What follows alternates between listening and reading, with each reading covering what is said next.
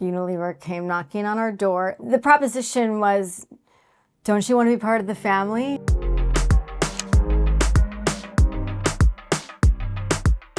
We are here with Gwen Whiting in your beautiful studio slash office slash creative space. And it's kind of meta because this is basically a club that you're creating with the Phil, and you are in the arts club. But I want to first just get into and address kind of why you're here. And there is a bit of a prelude to all of this.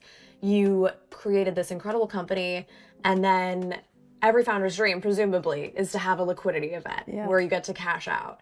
And so tell us a little bit about how you just briefly started the Laundress and then the decision to sell to Unilever. Well, first of all, thank you for coming to the National Arts Club. This is a beautiful club, and I'm so honored to have a creative space here. I started the Laundress 22 years ago and really created a category. This category of niche cleaning products or any sort of alternative to cleaning products other than the grocery store didn't exist before me. I had a textile background. I studied apparel design at Cornell in fiber science. And I was looking around and all my tags said dry clean only, and I knew that wasn't the case. So in 2002, I started going down, writing a business plan and doing the research and development, and effectively launched the Laundress in 2004. So it was a 16-year, I say it was a forever startup, because it was bootstrapped. We didn't raise money. We were like before the whole idea of all these businesses and raising money and capital and unicorns, exactly. And selling online. It was a different time. It was a different time. I mean, Amazon was still selling books when I started. So I have to timestamp what 2004 looked like. It's interesting because this is sort of plays into what you're doing now, but you kind of created a community at the time. Exactly. It was and I know you still have relationships with some of the folks that you sold with, but presumably you were out there meeting business owners trying to kind of pitch your product. Exactly. And when you start a category, no one knows where to put you. You don't fit in a box. You don't fit on a shelf. They're like, oh, we don't have someone who buys soap. You know, the department stores are like, we have a lingerie buyer. We have this. So it was really forging a path forward and getting people to understand that there was value in having a cleaning product designed for specific fabric care. And through the years, the brand grew to home cleaning, and eventually Unilever came knocking on our door, literally on the door at our Prince Street store. May it rest in peace, because Unilever closed it. But they knocked on the door and acquired the brand in early 2019. No, but I mean, I think it's globally. Interesting because you really did create a new category. And I remember, I think, going to Nordstrom and seeing it there. And it was a totally new phenomenon. What was your pitch then that you think got people to listen? The beauty of this category and this business is that you're friends with everyone. You're complementary to all other brands and businesses. So for denim or cashmere or baby or, people who are into cleaning or home or beauty, it's an extension of. So just getting people to understand. So then everybody wanted to do business with me because we were making their product even better. Enhancing it. Yeah. But it was a slow crawl to have people understand and build it along the way for the 16 years that we were doing it. And I also think too, I mean, now people are so much more aware of what they're putting in their home and their body and all of that. But I feel like back even a few years ago, no one really knew. And there were so many chemicals. I even look at, the dry cleaning industry, they use so many chemicals to get something done. So you were much more cognizant too of creating something. Yeah, I was clearly ahead of my time. No, I mean, the goal was to reduce dry cleaning and educate people to know that they don't need to dry clean, that there is an alternative and they can safely clean at home. So Unilever came knocking. Literally and figuratively. Correct. And what were the early conversations? What did they promise you? What did you think you were getting with them? The proposition was, don't you want to be part of the family? It was like, kiss the ring. But the value proposition was that they are a business that cares and focus on sustainability and all of these things. And I really drank the Kool-Aid and really believed it. And I really, truly believed that I was sending my baby to college, and that was for her to grow and thrive and succeed with a company that cared. Yeah, scale, but thoughtful scale, caring scale, sustainable, female-focused culture, blah, blah, blah. There was a lot of B Corps. There was a lot of acquisitions with other founders. And that was the value proposition, that it was like going to be the next beautiful chapter to carry on my business, my baby, my legacy. Unfortunately, it was not the experience that I had expected or that I was sort of promised. They had a very public brand downfall. Yeah.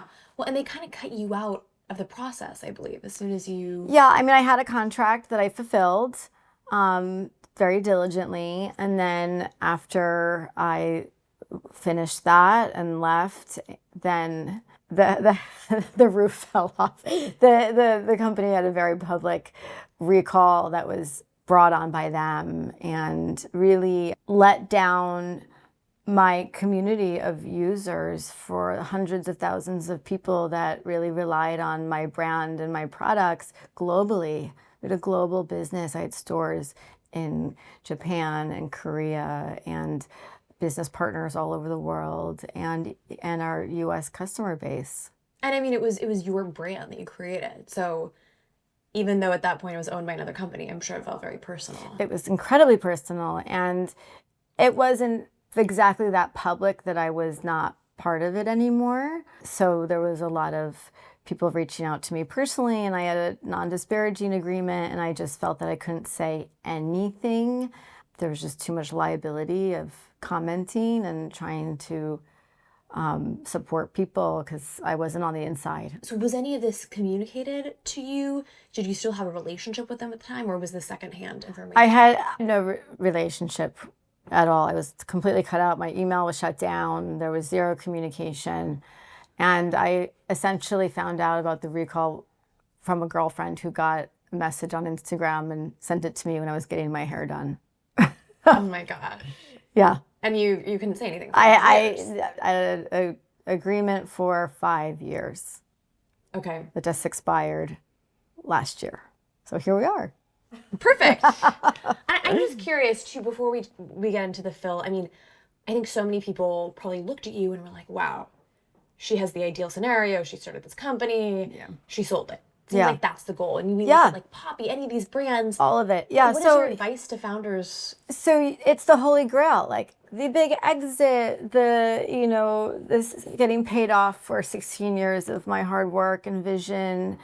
It is the holy grail, but no one really talks about then what? Yeah. The aftermath. I mean, it is very painful to sell your baby. While you're rewarded for it, there is the downside. And then what's next? Yeah. And my whole life was so intertwined with the laundress, and my identity was so tied there that I needed to create space between the past and the present. And I had this 5-year non-compete and non-disparaging agreement, which I never in a million years ever expected to exercise. Yeah. I never wanted to make products again. And I was like, I did cleaning. I did the best there was. Yeah. My work is done. I can move on to something else. And I was actually, at the time, working on other businesses, and I'm very passionate about women's health, and I was working on a project there. But it's, the reinvention and the next chapter, and I intentionally didn't jump to the next thing because I didn't want to just fill my time or say yes and do stuff, but not really intentionally or what I should be doing. And it's very uncomfortable. That's actually really interesting to hear about, because sometimes work just, especially in New York, just like fills your time. Just fill your time. I'm doing something. And as a woman, you're just kind of like, oh, okay, yeah, I'll do that. And then you could end up with like a full schedule of things that aren't really making sense or giving you what you thoughtfully what you want or what you need. Yeah, and it's interesting you emerge and you're you're not going to go work for another company. I mean, I'm presumably. unhireable. You're not. No, not that. But it's like what you've been your own boss, No, right? yeah. So it's like it's a very interesting thing where It is, you're yeah. very successful. But then it's like I know. And then what? And then Chatting with some of the folks you work with, you like to be busy. I like to be busy. I love to create. I love people. I love creating as a team. This is not like a solo enterprise. I'm not just a painter. Yeah. I wish I was. And the exit with COVID and affecting everybody's, community and workplace shifted for everyone, but then kind of coming out of that and recreating and wanting to collaborate with the people I love and recreating again in different ways. So what made you, because it's a different approach that you're taking, but there is a lot of overlap to what you were doing previously. There is. So how did you decide, I want to go back? I want to keep doing this. There's only so many apartments I can renovate. To fulfill my creative needs, I put it into an apartment at one point, but I wasn't planning on cleaning again. And then when my brand cut off business and I waited to see what was going to happen with the laundress what happened is what I expected. I had expected it would come back to market completely unrecognizable to my brand. In my heart, I knew that I couldn't leave my cleaning community and my people after all these years hung to dry. I just couldn't do it. And my friends are calling me, my family's calling me, and they were saying, "What are you using? How are you cleaning?" Like, I said, well, my stash is running out. And it was like, okay, I'm going back in. I'm going to clean again, clean up the mess, as I say. But from the outside, it looks the same. It's like, oh, she's just doing a cleaning brand again. But it is a completely different business. It's a second chapter, a different way of doing business. It has a different sensibility. I'm very curious too, because I mean, so much of any company success is brand loyalty and brand identity, and you're really drawing on that. You have basically created a club sort of model for this product. Yeah. That seems no really one in their right unique. mind would ever launch a business the way I'm doing it. So what's made you decide that you want to do it this way then? I'm so passionate about my product and my community, and I wanted this to be a safe space, and I love my community, and it's ironic that I built a private members club from my office in a private members club. But what does a members club give you? It gives you value, it gives you belonging, it gives you content, it gives you education, all of these principles. And I gave my know-how and my cleaning help and resources openly for 20 years, helping people. And now that's private, that's mine, and that's mine to share with my members and my community. What about somebody who bought your products and they just want one of your products? They have to commit to this membership for a year, right? You have to join, yes, but it's kind of a nominal joining fee. Everyone is welcome. But how much is it? It's $40. Okay. Or $150 as a founding member, but it's tied to your shipping. Okay. So you have either free shipping or flat rate shipping. And then there's also value within the community. Aside from just my know-how and my availability to the members, I'm doing events, and this is a wellness-centered brand, which is at the core of the Phil and what makes it different. We had an in-person fitness class this week, and a month ago we did a breathing class online together. New York centric? No. Yes, the event this week was in New York, but we did an online breathing session that people zoomed in and enjoyed remotely, and then continued to enjoy as a member because all the content's live on the website. Okay. Well, we have a little show and tell We do. of some of the products. I would love to see what you're offering, and then also there's all these beautiful scents here as well. Yes, we're going to do a tour. Okay. So sustainability has been a key point of mine all along. So 20 years ago, I was the first person to concentrate detergent and put it in a see-through bottle and have it very transparent. So as opposed to like the huge jug that you can't that's see orange through and are not particularly recyclable. And you can kind of smell there's a lot of chemicals in them. Yeah, it's not nice.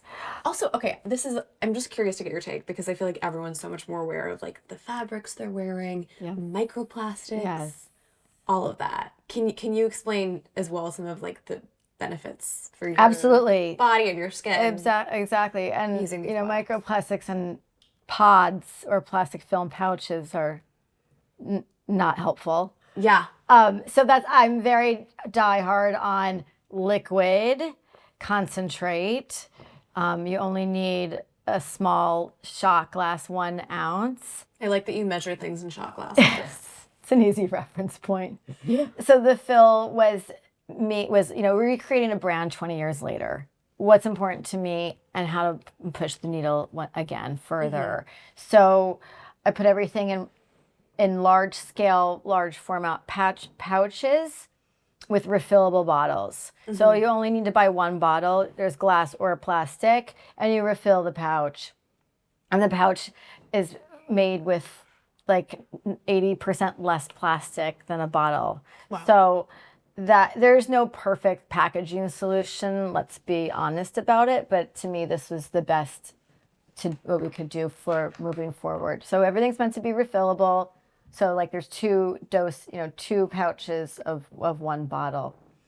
And the Laundress was really hinged on fine fragrance and perfume. And that was very fun for a number of years. And partnering with Le Labo and making beautiful scents.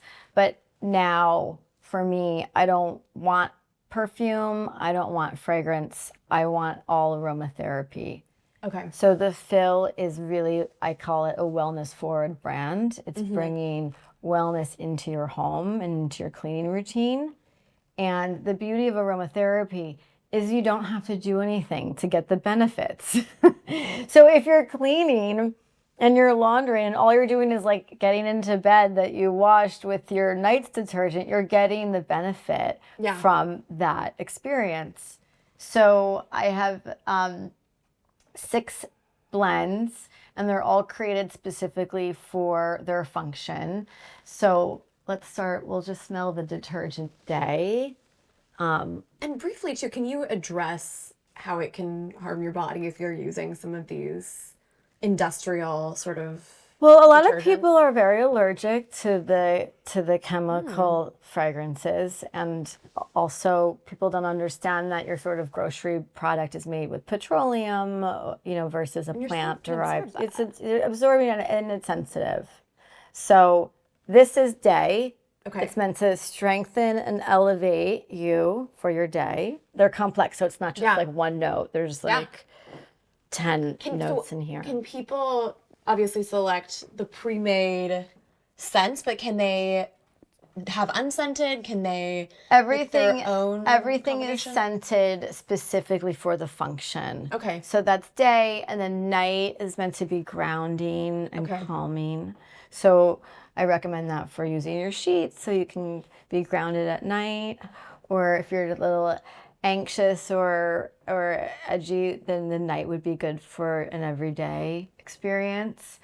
The home cleaning is for inspiring, and it's just like this beautiful, gives you this fresh and inspiring scent. And are these organic products? We can't use organic in this category. It's not regulated, but everything is interesting. Yeah, I mean a lot of our CPG is not regulated, but everything is plant-based, plant-derived. So these are all the actual essential oils, not perfume or fragrances. That's actually such an interesting point, because you really have to trust who you're buying the product from. Because if it's not regulated, if you can't have an organic label or something, and your clothing labels aren't regulated either, communicates what's going on. You have to trust that you can. That's why all your clothing labels say dry clean only as well. Wait, why? Because it's not regulated. And so the clothing manufacturer... It's easier for them to say dry cleaning, so then you blame your dry cleaner if something happens. You don't blame the manufacturer. Interesting. So what % of clothes that have that dry clean label actually... I mean, a majority is washable, because like the basics are all cottons are washable, wool all the wool family, silks and synthetics for the most part, not all synthetics, but for the most part. I mean, so the majority of composition is washable, but you can't launder your suit or your blazer because of the structure. But that's really interesting. yeah, so I'm a fabric nerd. I'm very passionate about educating customers on fabric, on the fibers and the fabrics, and then they'll understand the know-how for the best way to care. And presumably you explain a lot of that on your Exactly. on your That's website. what I love to do, and I'll tell every member how to clean for sure. But I mean, I feel like now it's sort of overdone to say, oh, it's an experience or this or that. But it is true because people want to learn about these things. They want to learn how to take care of their products, learn how to take care of themselves. And your clothing is very personal. It's very personal. You're basically in laundry 99% of your day.